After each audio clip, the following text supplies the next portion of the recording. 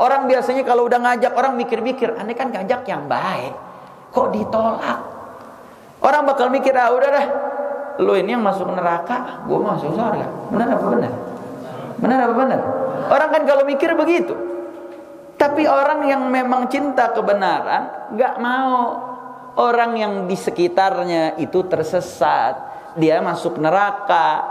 Dia tetap berusaha mau ngajak kebaikan. Karena kalau dipikir-pikir, ya udah dah, ente yang rusak, ente yang sungsang sumbel, ente yang masuk neraka. Itu kalau orang ananiah mikir diri sendiri. Makanya tadi kita dengar bagaimana amar ma'ruf nahi munkar menjadi madaruddin, qutbuddin, menjadi porosnya agama. Karena agama tuh bukan mau menang sendiri, bukan mau selamat sendirian, bukan mau enak-enakan sendirian. Sehingga amar ma'ruf nahi munkar, hisbah, menjadi bagian penting dalam syariat.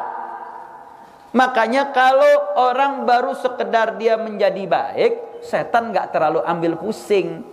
Tapi kalau dia sudah membawa kepada arah memperbaiki yang lain, setan udah kebakaran ubun-ubun, udah kebakaran jenggot. Yang punya jenggot, yang gak punya ubun-ubun nih, betul? Gak bakal diem. Makanya kalau ada orang yang mengajak kepada yuslih, mengajak kepada memperbaiki, pasti musuhnya banyak. Artinya nanti santri-santri markas syariah kalau sudah terjun dakwah, baik sebagai seorang dai atau sebagai seorang mubalik, atau berdakwah dengan caranya dia menjadi seorang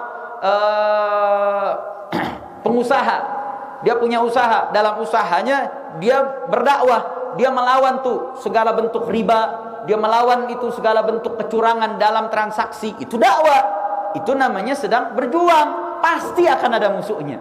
Oh, kalau dia nanti menjadi seorang dokter, dalam dokter itu, dalam dunia kedokteran ini banyak upaya-upaya bagaimana mematerialisasikan kesehatan, bahwa kesehatan itu digunakan untuk meraup uang sebanyak-banyaknya. Nanti ada anak santri MS yang jadi dokter, dia berdakwah di dalam dunia kedokterannya. Itu bentuk dakwah, perjuangan. Pasti ada musuhnya. Selama siapapun dia, mau dia dai ke, mau dia mubalik ke, mau dia sebagai seorang pengusaha, dokter, seorang arsitek, insinyur, orang media, siapapun dia, kalau dia membawa syiar untuk memperbaiki, membawa kebenaran, melawan kesalahan, membawa keadilan, melawan kezaliman, pasti akan dimusuhi. Baik skalanya di dalam keluarga, atau dalam wilayah, atau tingkatnya tingkat sekitar, pasti akan ada yang tidak menyukai. Kenapa? Karena itu konsekuensinya. Sehingga kenapa kita baca sejarah Nabi, kita baca sejarah Anbiya, biar kita tahu bahwasanya di dalam membawa daripada risalah kebenaran pasti akan ada ujian. Di balik ujian itu ada ajar yang besar, ada pahala yang besar. Kenapa? Karena perjuangannya juga berat, sehingga pahalanya juga besar, insya Allah.